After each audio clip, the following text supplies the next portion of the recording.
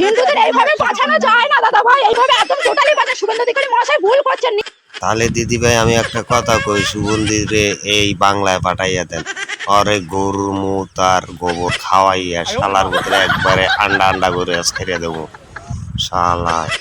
নির্দিষ্ট সালে যেরকম কুরবানির প্রথা চলছিল সেই প্রথা চালু করে। আমার ঋণ আছে 9 লাখ টাকা, ঋণের বোঝা শুভেন্দু অধিকারীকে নিতে হবে। কুরবানির নিয়ম বন্ধ করেছে, মানছি না, মানছি না।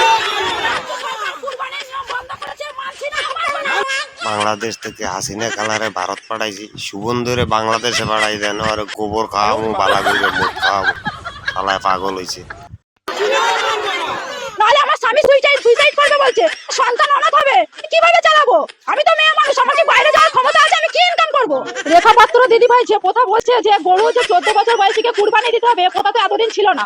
মাত্র 15 দিন ক্ষমতায় এসে আজকে নতুন নতুন নিয়ম, নতুন নতুন কথা চালু করছে। এই নিয়ম তো নেই, মানুষের জীবনের গ্যারান্টি নেই। তাহলে গরুর 14 বছরের জীবনের গ্যারান্টি আমরা কিভাবে নেব?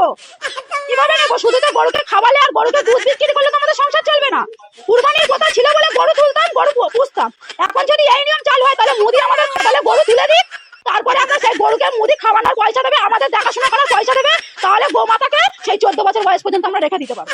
তার আগে গোমাতা এতদিন এই প্রথা চালু ছিল না, আমরা এই প্রথা রাখতে পারবো না। আমাদের কুরবানির প্রথা চালু করুক, নাহলে আমাদের স্বামীরা সন্তানরা সব অনাথ হয়ে যাবে, সুইসাইড করবে বলছে। এর দায় শুভেন্দু অধিকারী, রেখা পাত্র এদেরকে নিতে হবে, নিতে হবে। সরকার বলছে যে গোমাতাকে বাঁচাচ্ছে। গোমাতাকে কিভাবে বাঁচাচ্ছে? এতদিন বাঁচায়নি কেন? এতদিন তো এই প্রথা চালু ছিল। আমাদের লাইফে আমরা এখন এরকম দেখি না, আমাদের স্বামীদের লাইফে আসেনি, আমার শ্বশুরের লাইফে ছিল না। তাহলে এখন এই প্রথা কিভাবে চালু করেছে সরকার? আমাদের নির্দিষ্ট সময় দেওয়া হোক, মানবো। সরকার এসছে, আইন মেনে নেবো, কিন্তু নির্দিষ্ট সময় না দিলে আমরা মানতে পারবো না। হাতে মাত্র 10 দিন সময় আছে, আমরা কিভাবে মানবো? পশ্চিম বাংলার মানুষ উত্তম দেন 15 দিনের মন্ত্রীরে। আমি প্রায় আমার লোন আছে, বন্ধন থেকে নিয়েছি 2 লাখ টাকা, স্বর্ণ জয়ন্তী গ্রুপ থেকে নিয়েছি 3 লাখ টাকা। এছাড়া আদেশ আরো মারা নিয়ে রেখেছে আমার থেকে আরো বেশি, আরো বেশি। তাহলে আমি এই লোনগুলো কিভাবে চালাবো?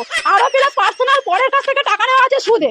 আমার খাটালে মাত্র 6টা গরু আছে, 6টা গরু আছে, সেই গরুর উপরে নির্ভর আমার 9 লাখ টাকা দেনা আছে। আমার স্বামী তো বলছে সুইসাইড করবে, আমার বাচ্চা তো অনাথ হয়ে যাবে। আমি বলছি যে আমি কি করতে পারি? আমার মায়েরা, আমার লোনের অফিসার ফোন করে বলছে যে টাকা আমাকে দিতেই হবে, লোনের ডেট চলে আসছে বলে। বলছে ডেট যদি পিছিয়ে যায় তাহলে কিন্তু তোমাদের সিভিল খারাপ হবে, লোন নিতে পারবে না কোথাও। এইসব যে আমাদের কাণ্ডগুলো ঘটছে, আমাদের তো জীবন ভবিষ্যৎ অন্ধকার হয়ে যাচ্ছে। ভারতের মুসলমানেরা আপনারা এবছর 6টা গরু আছে, 2টো ছোট ছোট বাছুর আছে, কষ্ট হইল 8টা গরু আছে।